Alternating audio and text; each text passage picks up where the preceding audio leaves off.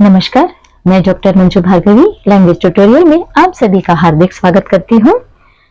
आज हम लोग सुभद्रा कुमारी चौहान जी द्वारा लिखित गौरी गद्य का सारांश जानेंगे। गद्य में आने वाले प्रमुख पात्र हैं बाबू राधा कृष्ण, उनकी पत्नी कुंती, बेटी गौरी और बाबू सीताराम जी।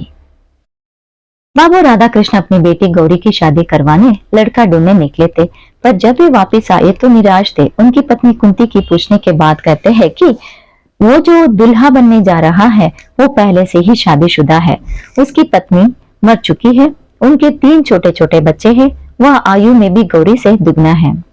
कांग्रेस ऑफिस में काम करता है, महीने की कमाई बहुत कम है। पढ़ा लिखा होने पर भी देश के प्रति कई बार जेल जा चुका है। गौरी को देखने के लिए उसे बुलाया गया है। गौरी राधा कृष्ण और कुंती के लिए एकलौती संतान थी। वह पढ़ी लिखी थी, उसका स्वभाव निर्भीक, दृढ़ निश्चयी और हठीली था।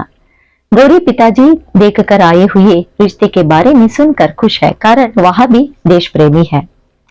गौरी को देखने बाबू सीताराम अपने 3 बच्चों के साथ आते हैं।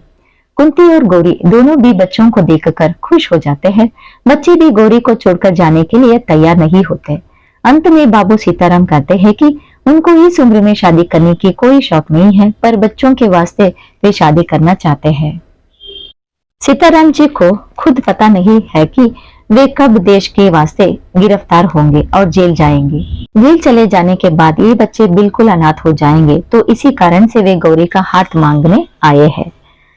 गौरी से शादी होने की आशा करते हुए वे वहां से विदा लेते हैं। बच्चों को देखभाल के लिए गौरी ही नहीं कोई और भी मिल सकता है, सोचकर गौरी के पिता शादी के लिए मंजूर नहीं होते। गौरी की शादी पढ़ा लिखा नौजवान ऑफिसर के साथ तय हो जाती है, पर कारणवश 1 साल के लिए शादी को आगे टाल दिया जाता है। स्वतंत्रता संग्राम में भाग लेने के कारण सीताराम जी को 1 साल के लिए जेल भेज दिया जाता है।